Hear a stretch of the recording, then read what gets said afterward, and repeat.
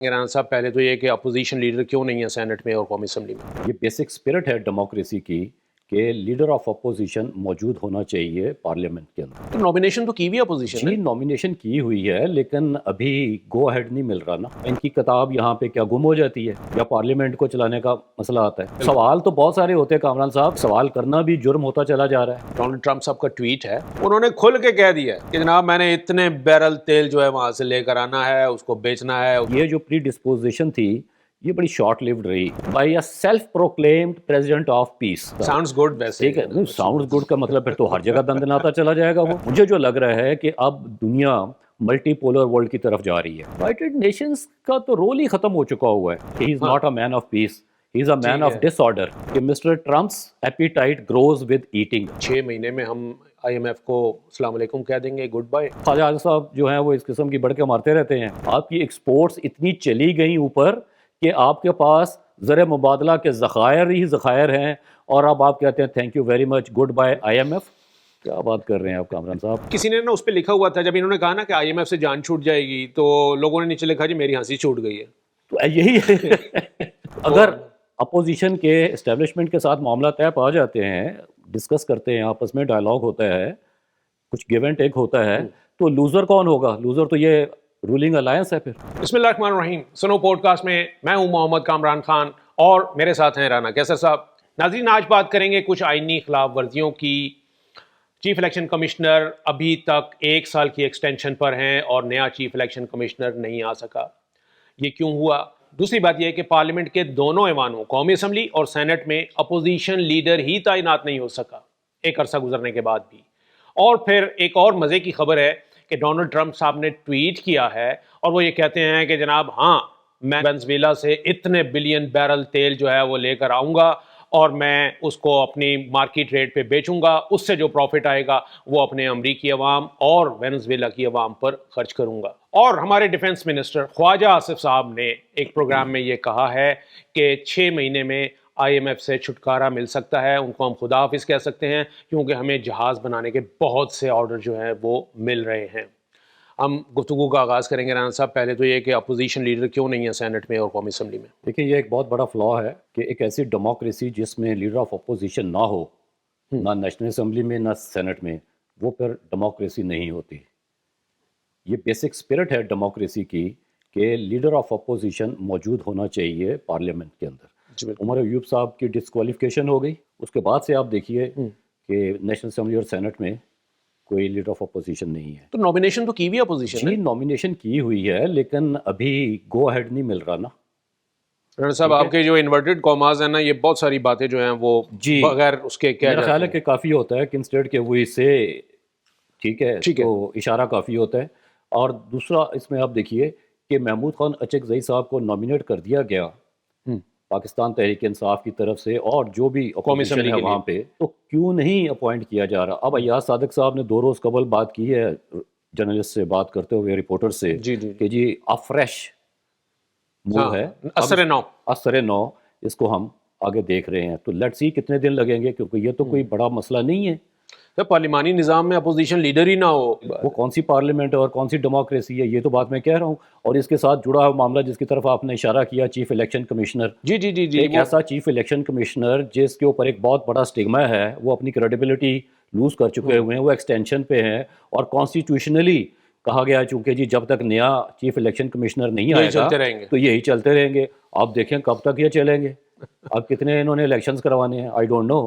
لیکن دیکھیے ہمیں آئین کا درس دیا جاتا ہے، کہا جاتا ہے جی کہ آئین پڑھیں، آئین کی کتاب موجود ہے، تو آئین کی کتاب یہاں پہ کیا گم ہو جاتی ہے یا پارلیمنٹ کو چلانے کا مسئلہ آتا ہے؟ تو لگتا ہے تو یہی ہے کہ جہاں اپنی انٹرسٹ ہے وہاں پہ آئین یاد آ جاتا ہے، جہاں اپنی انٹرسٹ نہیں ہے وہاں پہ آئین بھول جاتے ہیں۔ شاید یہ بھی اپنی انٹرسٹ ہے جب بھول دیا۔ وہ جواز بھی یہ پیش کیا جا رہا ہے کہ جی اس کے لیے ہم نے ترمیم کی ہوئی ہے ایک کہ چیف الیکشن کمشنر جو ہے وہ کنٹینیو کر سکتا ہے۔ تو دیکھیں نا یہ تو مذاق ہے نا، ایک جمہوریت کے ساتھ بھی اور اس سارے نظام کے ساتھ ایک مذاق ہے کہ آپ ایک غیر قانونی کام کو قانونی جواز دے دیں۔ بنیادی طور پہ آپ کسی غلط کام کو آئینی جواز دے کے کرتے رہیں تو کوئی نہیں پوچھے گا کہ جی آئین میں موجود ہے۔ تو آئین میں تو بھائی بہت کچھ موجود ہے، آئین میں تو 90 دن کے انتخابات کا بھی ہے۔ کیوں نہیں ہوئے, کیوں نہیں کروائے گئے. ہاں تو سوال تو بہت سارے ہوتے ہیں کامران صاحب, لیکن اب یہ ہے کہ سوال کرنا بھی جرم ہوتا چلا جا رہا ہے. اچھا رانا صاحب, چلیں انٹرنیشنل پولیٹکس پہ تو بات کر سکتے ہیں نا. ڈونلڈ ٹرمپ صاحب کا ٹویٹ ہے, وہ کہتے ہیں کہ جناب, اب ہم تو پہلے اشارے کے ناموں میں بات کر رہے تھے نا کہ جی یہ وینزویلا بہانہ ہے, تیل نشانہ ہے. انہوں نے کھل کے کہہ دیا ہے کہ جناب میں نے اتنے بیرل تیل جو ہے وہاں سے لے کر آنا ہے, اس کو بیچنا ہے, اس سے پروفٹ لے کے تو وہ عوام کی فلاح پہ خرچ کرنا ہے. دیکھیے, اس سے پہلے کہ ہم اس وینزویلا والا معاملے پہ جائیں, پہلے let's talk about president Trump. دیکھیے 2016 میں جب یہ پہلی ٹرم تھی ان کے اقتدار میں آئے, تو انہوں نے ریلیٹیولی ایک ذرا ریلیکٹنس شو کی کہ یہ نان انٹرفیئرنس کی طرف جائیں گے. دوسرے ممالک میں رجیم چینجز نہیں ہوں گے, امریکہ کوئی انٹرفیئر نہیں کرے گا, اور یوز آف فورس نہیں ہوگا پہلے ٹینیور میں, اور جنرلی وہ اس بات سے جڑے رہے. ٹھیک, ایسا نہیں ہوا. لیکن ابھی آپ دیکھیے کہ ان کی سیکنڈ ٹرم جو ہے, اپیرنٹلی تو یہی تھا کہ ایک پری ڈسپوزیشن تھی کہ جناب کوئی انٹرفیئرنس نہیں, کوئی فارن ایجنڈا نہیں ہوگا. لیکن ابھی ایک مہینہ پہلے ان کی ایک نیشنل سیکیورٹی پالیسی آئی, اور جس میں یہی تھا کہ جناب میں کوئی انٹرفیئر نہیں کروں گا, ہمارا کوئی مسئلہ نہیں ہے, اور ہم فوکسڈ رہیں گے امریکہ کے اوپر. لیکن یہ جو پری ڈسپوزیشن تھی یہ بڑی شارٹ لیوڈ رہی. By a self proclaimed president of peace, messenger of peace, self proclaimed تھا نا جی. جی جی جی, تو اپنے آپ کو کہہ رہے جی میں تو امن کا صدر ہوں, اور جناب امن کا نوبیل پرائز بھی مجھے ملے گا, اور ہم نے بھی بینڈ ویگن کو جوائن کیا. جی جی, کچھ ریاستیں لیکن ہوا کیا, ایک ماہ پہلے جو یہ پالیسی آئی اس کی خود ہی دھجیاں اڑا دی, اور کہا جی کہ میں وینزویلا میں نہیں جاؤں گا. لیکن چلے گئے, اور جیسے آپ نے کہا جی کہ وہاں سے تیل نکالیں گے, ٹھیک ہے, امریکی کمپنیاں وہاں پہنچ جائیں گی, اور وہ تیل جو ہے وہ امریکہ میں بیچا جائے گا, اس کی جو آمدنی ہے وہ وینزویلا پہ اور امریکہ پہ خرچ کی جائے گی. مطلب کتنا بڑا مذاق ہے اس دنیا کے ساتھ. ساؤنڈز گڈ ویسے, ٹھیک ہے, ساؤنڈز گڈ کا مطلب پھر تو ہر جگہ دندناتا چلا جائے گا وہ. ٹھیک ہے, مڈل ایسٹ میں بھی جائے گا, باقی ممالک جہاں پہ تیل ہے وہاں بھی جائے گا, انارکی کریٹ کرے گا. وہ تو نظر آ رہا ہے ہمیں کہ آنے والے کوئی 10-20 سال میں ایسا ہونا ہے, ریڈیکل چیزیں ایسے ہوگا. اب آپ دیکھیے 7 ممالک کا نام لے لیا انہوں نے کہ وہاں پہ جناب ہم یہ دخل اندازی کریں گے. جی جی جی, ایران بھی کولمبیا, ہے, Mexico, Iran, Greenland, Cuba, Panama. تو ہر جگہ اگر یہ جانے کے چکر میں, تو اس کا ایک میسج ہے انٹرنیشنل. وہ کیا ہے, وہ شاید مجھے جو لگ رہا ہے کہ اب دنیا ملٹی پولر ورلڈ کی طرف جا رہی ہے. اگر پریزیڈنٹ امریکہ یہ کہتے ہیں اور وہ سمجھتے ہیں اور ان کی یہ پالیسی ہے کہ لیٹن امریکہ پہ واشنگٹن کا کنٹرول ہوگا, تو یہ ایک پیغام ہے کہ دنیا کے دیگر ممالک, خاص طور پہ رشیا اینڈ چائنا, یہ بھی اپنے نیبرہڈ میں ایسا ہی کریں. ہاں, ہر ملک کی اپنی انٹرسٹ ہے جیو پالیٹکس میں, ٹھیک, اور جس کے پاس طاقت ہے وہ ایسے ہی کرے گا کہ اپنے نیبرہڈ میں اپنا اثر استعمال کرے گا, دخل اندازی کرے گا, قبضہ کرے گا, اور تمام وسائل پہ قبضہ کر لے گا. رجیم چینج بھی تو یہ ایک ایسی صورتحال ہے جو کہ بہت خطرناک ہے. اب یہاں پہ ہم بات کرتے ہیں یونائٹڈ نیشنز کی. یونائٹڈ نیشنز کا تو رول ہی ختم ہو چکا ہوا ہے. اب دنیا اس پوائنٹ پہ پہنچ چکی ہے جب یہ 1940 میں تھی, جب لیگ آف نیشنز ناکام ہوئی, تو پھر اس کے بعد سیکنڈ ورلڈ وار کے بعد 1945 کے بعد اب یونائٹڈ نیشنز بنتی ہے. اس وقت یونائٹڈ نیشنز آرگنائزیشن کہا جاتا تھا, UNO, تو وہ بھی اب ناکام ہو گئی. اب آپ دیکھیے کہ اگلا کیا سٹرکچر بنے گا دنیا کی سیاست کا.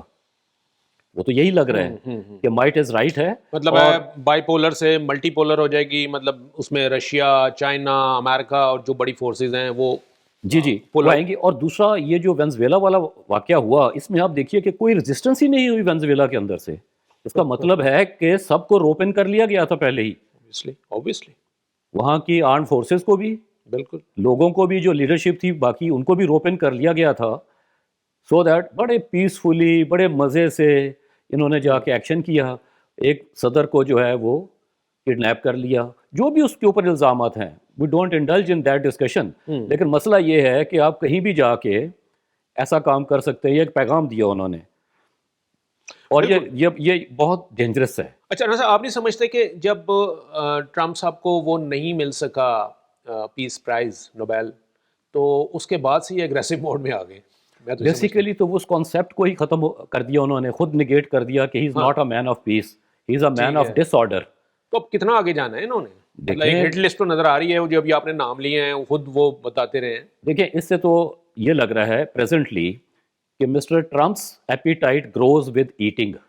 جتنا وہ کھا رہے ہیں ان کی ایپیٹائٹ مزید بڑھ رہی ہے. اب یہ تو نشہ ہو گیا نا ایک. ہاں مطلب ہے پیٹ بھری بھی جا رہا ہے لیکن وہ اشتہاب جو ہے وہ بھی بھوک ایپیٹائٹ بڑھتی بھی جا رہی ہے. بھوک بھی بڑھ رہی ہے. تو where would it end we don't know. ٹھیک ہے, دوسرے ایشو پہ آتے ہیں جی. خواجہ آصف صاحب نے بھی بڑی اچھی اسٹیٹمنٹ دی ہے. وہ کہتے ہیں جی 6 مہینے میں ہم آئی ایم ایف کو السلام علیکم کہہ دیں گے, گڈ بائے, اور ہم اپنی عزت سے اپنی زندگی گزاریں گے اپنے وسائل پہ. چلیں, ایک میرا خیال ہے کہ ایک نئی ٹرک کی بتی ہے جس کے پیچھے قوم کو لگایا جا رہا ہے. اگر ہو جائے تو بہت اچھی بات ہے, لیکن ہوتا ہوا دکھائی نہیں دے رہا, اس لیے کہ یہ جو بجٹ اب آ رہا ہے یہ تو آئی ایم ایف کے ساتھ جو معاہدہ طے پایا ہے اس کے مطابق ہی اس کو ترتیب دیا جا رہا ہے. یہ جو 2026-27 کا بجٹ اب آنا ہے جس کی اب تیاری شروع ہو چکی ہوئی ہے, تو آپ کس طریقے سے کہہ سکتے ہیں کہ نکل جائیں گے ہم؟ ابھی جو وہ بات کر رہے ہیں کہ ہمارے دفاعی معاہدے, بہت اچھی بات ہے, دیگر ممالک کے ساتھ ہم جہازوں کے ٹھیکے مل رہے ہیں, تو کیا یہ 6 مہینے میں اس کا جو ہے وہ ثمر آنا شروع ہو جائے گا؟ اگر آ جائے تو بہت اچھی بات ہے, لیکن لگتا نہیں ہے, چونکہ خواجہ آصف صاحب جو ہیں وہ اس قسم کی بڑھ کے مارتے رہتے ہیں. چلیں لیٹس سی. لیکن اس کے ساتھ میں آپ کو ایک اور بات بتاؤں کہ ادارہ شماریات جو ہے اس کا ایک سروے چھپا اس کے اعداد و شمار کے حوالے سے, گیلپ کا. وہ یہ کہہ رہے ہیں جی کہ 2019 سے 2025 تک لوگوں کی انکم جو ہے وہ تو بڑی آلموسٹ ڈبل ہوگی, لیکن ایٹ دا سیم ٹائم ان کی قوت خرید جو ہے وہ کم ہو گئی. یہ بھی ایک سٹارک ریالٹی ہے. ٹھیک ہے. اور وہ کیا کہ جناب اگر آپ کی 100% کے قریب ڈبل ہو گئی آپ کی آمدن, تو جو آپ کی بائنگ پاور ہے, جو قوت خرید ہے, وہ 10% کم ہو گئی ہے. یہ میں نہیں کہہ رہا, یہ ادارہ شماریات کہہ رہا ہے, جو اس کے اسٹیٹسٹکس ہیں جو گیلپ سروے کے بعد سامنے آتے ہیں. آج چھپا ہوا ہے یہ. بالکل. اور ظاہر ہے مہنگائی اب یہ صورتحال ہے. اور جو خواجہ صاحب کہتے ہیں کہ جی ہم خود کفیل ہو جائیں گے, کشکول ٹوٹ جائے گا, یہ تو ماضی میں بہت سارے دعوے ہوئے ایسے بھی کہ کشکول اب ٹوٹ گیا ہے, اب ہماری پرواز جو ہے وہ شروع ہو چکی ہوئی ہے. اور دوسرا اس میں آپ دیکھیں کہ آپ آئی ایم ایف سے قرضہ لارجلی اس لیے لیتے ہیں کہ آپ کا بیلنس آف پیمنٹ جو ہے وہ بھی ٹھیک ہو جائے, اور دوسرا آپ نے قرضے اتارنے ہیں. کیا آپ نے اتنا فارن ایکسچینج ریزرو بڑھا لیا, آپ کی ایکسپورٹس اتنی چلی گئیں اوپر کہ آپ کے پاس زر مبادلہ کے ذخائر ہی ذخائر ہیں, اور اب آپ کہتے ہیں thank you very much, goodbye I M F? کیا بات کر رہے ہیں آپ کامران صاحب؟ ابھی ہم دیکھ رہے ہیں کہ ہم درخواست کر رہے ہیں سعودی عربیہ کو اور یو اے کو کہ وہ جو ان کے فکس ڈپازٹس ہیں یہاں پہ ان کو رول اوور کیا جائے مزید 1 سال کے لیے, ایکسٹینشن مل جائے, تقریباً $12 ارب تو وہ ہے. تو میرا خیال ہے کہ یہ پھر وہی میں کہوں گا, وہ کسی نے نا اس پہ لکھا ہوا تھا جب انہوں نے کہا نا کہ آئی ایم ایف سے جان چھوٹ جائے گی, تو لوگوں نے نیچے لکھا جی میری ہنسی چھوٹ گئی ہے. تو یہی ہے. تو ٹھیک ہے, آن دا لائٹر سائڈ یہی بات ہے کہ جب ہمارے حکمران یہ کس کو بیوقوف بنا رہے ہیں سر, ایسے ہی ٹھیک ہے, عوام کو سب پتہ ہے یہ کیا ہو رہا ہے, اور روزانہ یہ بات ہو رہی ہے, ٹی وی چینلز پہ ڈسکشنز ہو رہی ہے اکانومی کے حوالے سے. ہم تو امید کر رہے ہیں کہ پاکستان کی اکانومی بہتر ہو, لیکن پھر میں وہی بات کروں گا کامران صاحب کہ جب تک آپ کے ہاں پولیٹیکل سٹیبلٹی نہیں آئے گی, بھلے جو مرضی کر لیں آپ کے پاس اکنامک سٹیبلٹی بالکل نہیں ہوگی. بالکل ٹھیک. اور یہ اکنامک سٹیبلٹی ہی پاکستان کا ایشو ہے, یہی سب سے بڑا مسئلہ ہے. ٹھیک کہ جب تک سیاسی جماعتیں اکٹھی نہیں ہوں گی, ایک اکنامک ایجنڈا لے کے نہیں آئیں گی, اس پہ ایگری نہیں کریں گے, پاکستان کی معیشت بہتری کی جانب نہیں جائے گی. سمپل. جی رانا صاحب, پولیٹیکل اسٹیبلٹی کی بات ہو رہی ہے. ایک سیاسی اجتماع آج ہو رہا ہے جس میں یہ کہا جا رہا ہے کہ جی مذاکرات کو آگے بڑھانے کے حوالے سے جو ہے نا کوئی پیش رفت ہوگی. ہاں, یہ وہ 3 لوگ ہیں جن کو پاکستان تحریک انصاف اون نہیں کرتی, اور جنرلی اپوزیشن پارٹیز بھی اون نہیں کرتے. تو یہ کس کا اجتماع کریں گے؟ یعنی اپوزیشن نے تو لا تعلقی کا اظہار کر دیا, انہوں نے کہا جی we are not going to participate in this dialogue. تو یہ کس کا ڈائلاگ ہے؟ کس سے کر رہے ہیں ڈائلاگ؟ یہ اسٹیبلشمنٹ سے ڈائلاگ کر رہے ہیں, یہ حکومت سے ڈائلاگ کر رہے ہیں. اور اگر یہ کر رہے ہیں ڈائلاگ تو آن ہوز بہاف, اپنی اسٹرینتھ کیا ہے؟ تو میرا نہیں خیال ہے کہ یہ چیزیں کارگر ثابت ہوں گی. دیکھیں, آپ کو ریالٹی کو ایکسیپٹ کرنا پڑے گا. صحیح. کہ اس ملک کی جو ریالٹی ہے, پولیٹیکل ریالٹی, وہ پاکستان تحریک انصاف کے ساتھ جڑی ہوئی ہے. اور یہ جو اپوزیشن ہے یہ بھی پاکستان تحریک انصاف ہی ہے. بھلے محمود خان اچکزئی گو کہ ان کا تعلق جو ہے وہ پختونخوا ملی عوامی پارٹی سے ہے یا راجہ ناصر عباس ہیں, لیکن اپوزیشن کا پلیٹ فارم تو ہے, اپوزیشن کا پلیٹ فارم تو ہے. اور یہ بھی اسی لیے اسٹرانگ ہو کے سامنے آتے ہیں کہ پاکستان تحریک انصاف ان کو سپورٹ کر رہی ہے. اور محمود خان اچکزئی کو جو ہے وہ پاکستان تحریک انصاف نے آلریڈی نامینیٹ کیا ہوا ہے فار لیڈر آف اپوزیشن. جی جی. And Raja Nasir Abbas for the Senate. Senate. ٹھیک ہے, تو ڈائلاگ تو ان سے ہوگا. بالکل اور جن کو پاکستان تحریک انصاف کے جو بانی ہیں عمران خان انہوں نے نامینیٹ کیا ہوا ہے. بالکل ایسے ہی ہے. تو وہ یہ چیزیں اگر نہیں کی جا رہی تو اس کا تو مطلب یہی ہے کہ وہ آپ نے اپنے ڈیزائرڈ رزلٹ لینے ہیں بائی ہک اور بائی کروک.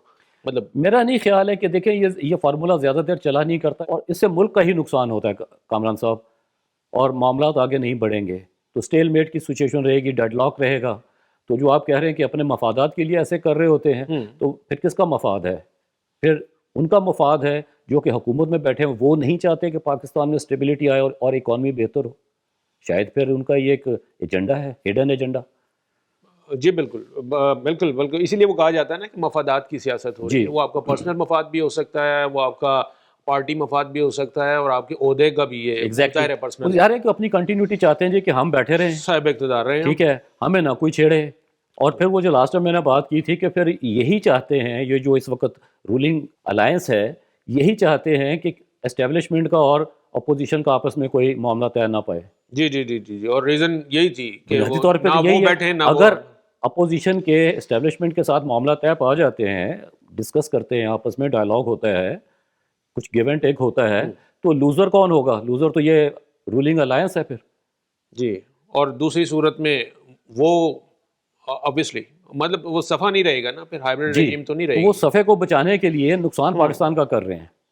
ٹھیک, بالکل ٹھیک ہے جی, مفادات کی سیاست ہے رانا صاحب, بات یہی ہے.